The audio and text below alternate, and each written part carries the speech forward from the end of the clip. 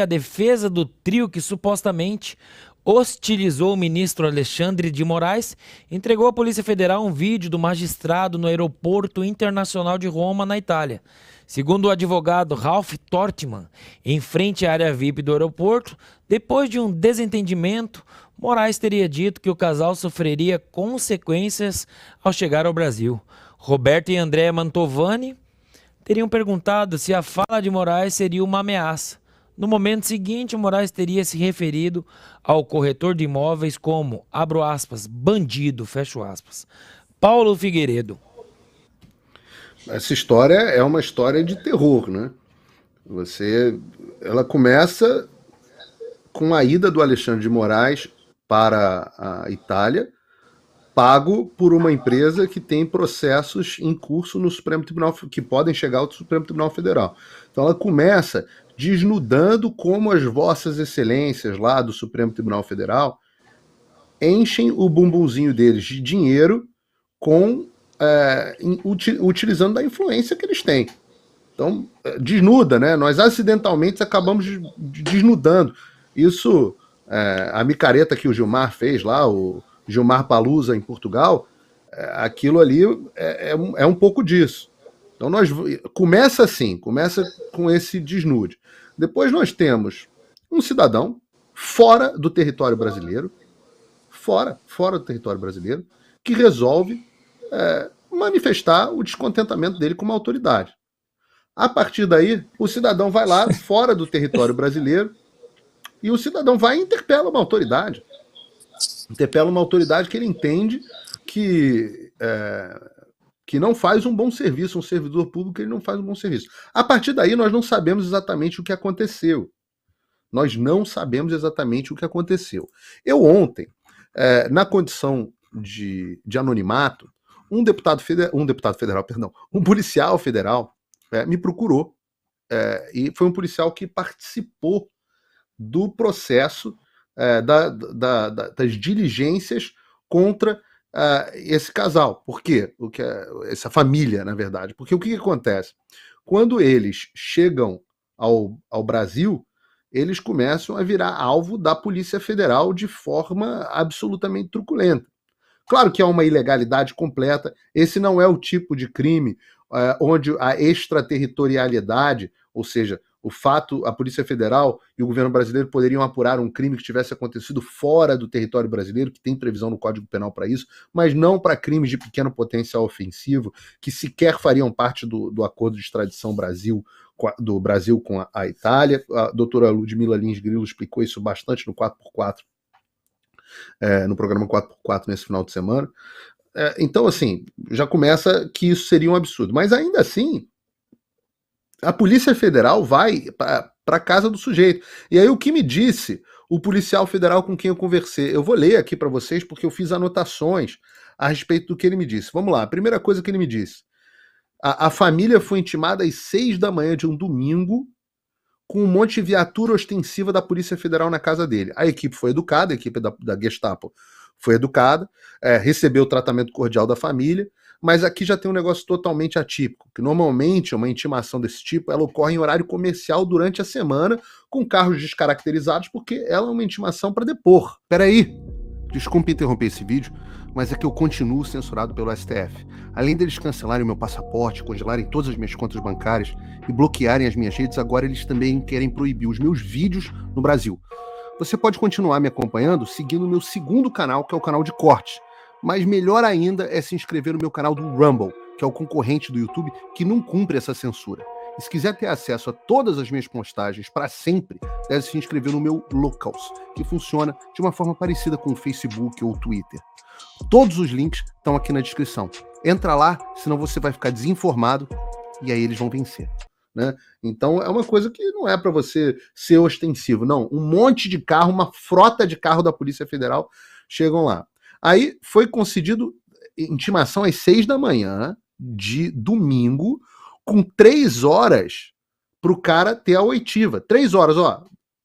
É digno de polícia de filme de nazista mesmo, país comunista, esse tipo de coisa. Ó, um monte de carro da Polícia Federal, você xingou o nosso líder supremo. Você tem 3 horas para aparecer na Polícia Federal para uma oitiva. O que também não é o normal, porque quando você é intimado, você tem um prazo para que o seu advogado possa saber, pô, peraí, eu vou depor na condição de investigado, de testemunha, que condição, deixa eu ver o que tem nesse processo para eu poder orientar o cliente.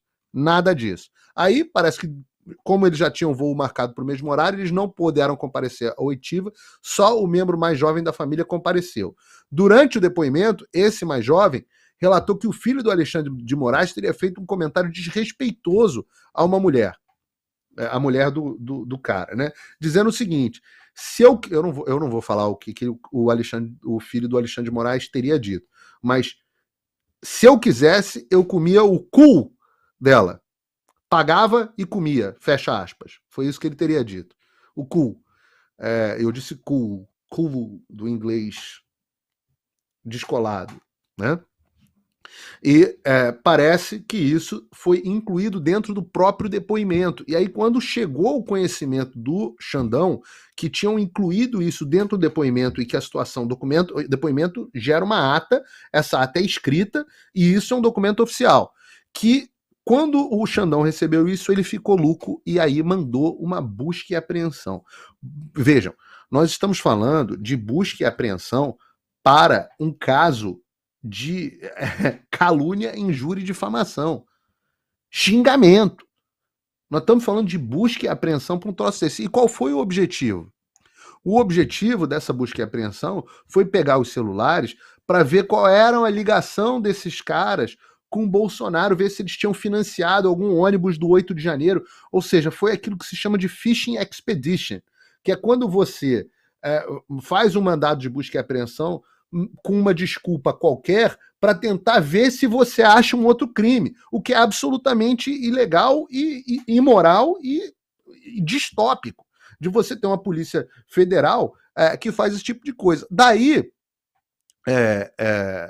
e mais, quem vazou as imagens do casal, mesmo sem saber se de fato foram eles que teriam feito, etc, etc, quem vazou as fotos foram os próprios policiais federais.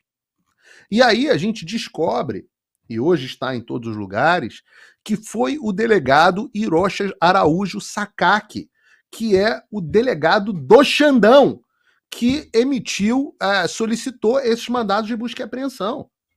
Por que eu digo que é o delegado do Xandão? Há um tempo, o Alexandre tem delegado. A Polícia Federal é um órgão do Poder Executivo. Ela estaria subordinada ao Ministério da Justiça. Mas, como todas as polícias do Brasil, são órgãos do Poder Executivo. Mas o Xandão, ele separou uma polícia, que eu chamo de Gestapo, para ele próprio. E essa polícia é ela que fica batendo bola com ele nos inquéritos inconstitucionais, inclusive o inquérito das fake news na qual eu estou. Era a delegada Denise e ela saiu, foi pro STJ e agora é esse delegado Hiroshi Sakaki. E esses caras, eles não respondem a ninguém, respondem só ao Xandão. E quem é que assina e é o responsável por solicitar os mandados de busca e apreensão contra esses caras que hostilizaram os ministros do STF? O próprio delegado subordinado do Xandão. Então é uma coisa absurda.